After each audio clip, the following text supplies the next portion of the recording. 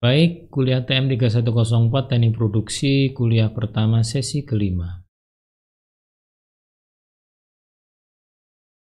Kali ini kita akan bahas tentang produksi pada sistem yang terintegrasi. Kita bisa lihat di sini, ini ada sumuran gitu ya.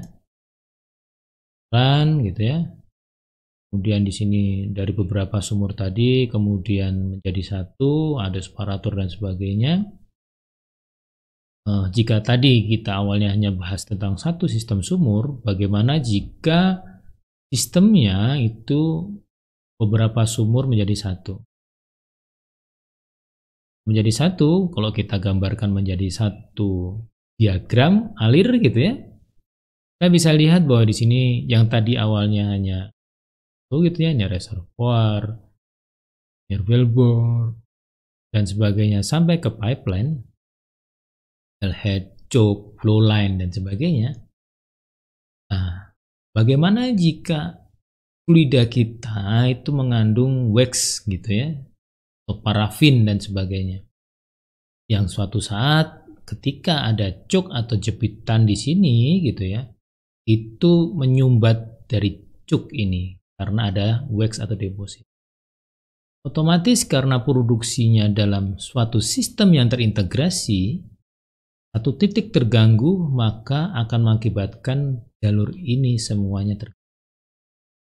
Di sebelumnya, sebelum choke akan mengakibatkan back pressure, sedangkan di setelah choke-nya yang terhambat tadi akan mengakibatkan produksi yang menurun atau malah stop jika memang dia tertutup sama sekali.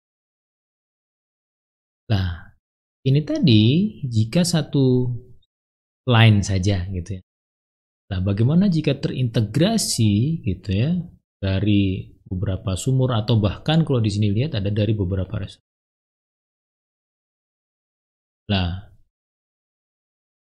yang jadi masalah adalah ketika di penampungan dan sebagainya salah satu line ini terganggu, otomatis yang di belakangnya akan terganggu dan di depannya juga akan terganggu. Manifold ini terganggu, maka efeknya akan ke surface facility, berarti 1-2 line ini terganggu. Pipeline terganggu, apalagi ya, bisa beberapa ini terganggu. Apalagi jika yang shipping atau bagian pengiriman, misalnya kapal tankernya terlambat, yang itu di bagian akhir dari sistem ini gitu ya, maka akan mempengaruhi semua downline yang ada di bawah.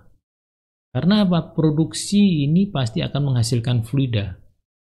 Jika penampungnya sudah penuh karena belum diambil tanker, maka apa? Semua produksi bisa saja terhenti. Oleh karena itu, setiap desain biasanya ada namanya safety factor, baik itu surface facility dan sebagainya. Untuk dari hal-hal yang ada di sini seperti apa, dan jika hal-hal tersebut terjadi, bagaimana kita cara mengatasi. Ini adalah akhir dari kuliah pertama sesi kelima.